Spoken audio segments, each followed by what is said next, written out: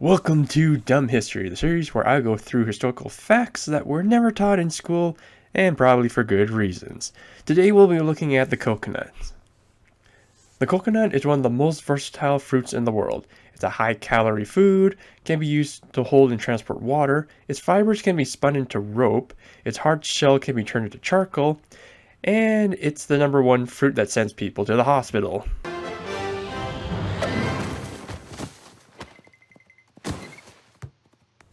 So where does this fruit come from? Well, the answer may surprise you. From media, we tend to think that coconuts come from Hawaii, but DNA testing shows that coconuts come from two different locations, not one being Hawaii.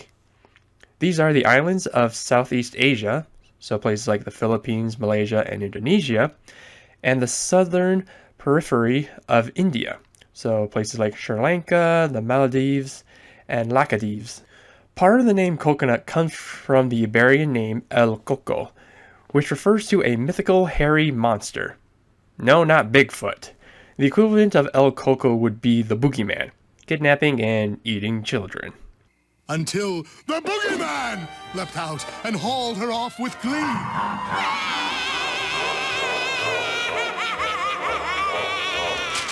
He took her to his boogie lair and made Melissa matzo soup. Nut is the English suffix that's used to describe the fruit being a seed. But it's a rock. I know it's a rock! Yeah, pretty boring, not that exciting, until you throw it into Google Translate and it spits out seed of the boogeyman. Actually, that's really gross. You'll often see brown coconuts, but there are also green coconuts, white coconuts, and yellow coconuts. The color variation is just nature's way of saying how mature the coconut is.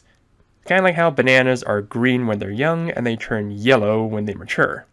Or red, depending on the variety. However, there is a big difference between a young coconut and a mature coconut.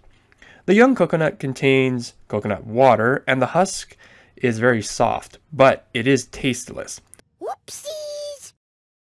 While the mature coconut has very little coconut water, but the husk is firm and has flavor. There are two main types of coconuts. You have the dwarf coconuts and the tall coconuts. These more so relate to the trees.